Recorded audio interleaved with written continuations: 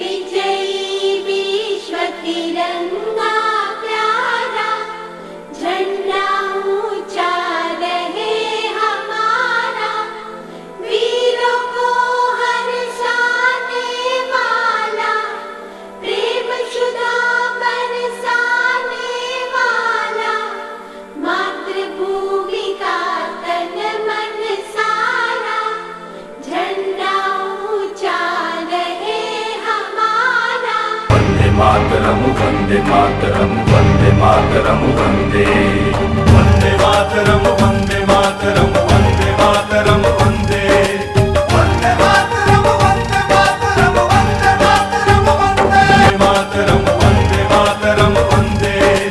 वंदे मातरम वंदे मातरम वंदे मातरम वंदे।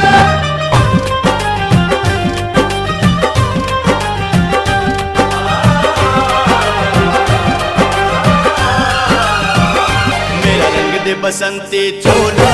था भगत सिंह ने बोला, जब भड़का क्रांति का सोला, आसन दुश्मन का टोला। आजादी के निशानी हो, वीरता के कहानी हो, जन जन में जगा दे इनकलाब के नारा,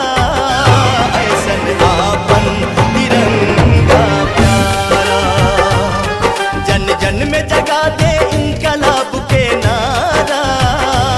ऐसन आपन तिरंगा प्यारा।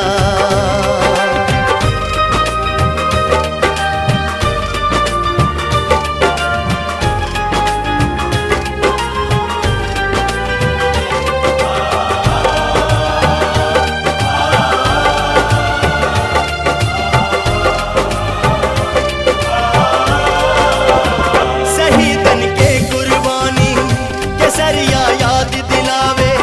रहे कायम हरियाली, हरा रंग सबके सिखावे,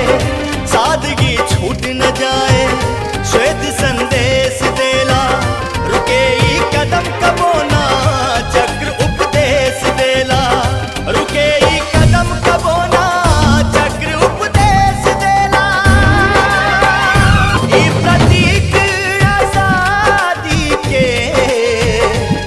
त्याग शेखर आगाधी के, हर हिंदुस्तानी के अखियन के तारा, ऐसन आपन तिरंगा प्यारा, जन जन में जगा दे इनकलाब के नारा, ऐसन आपन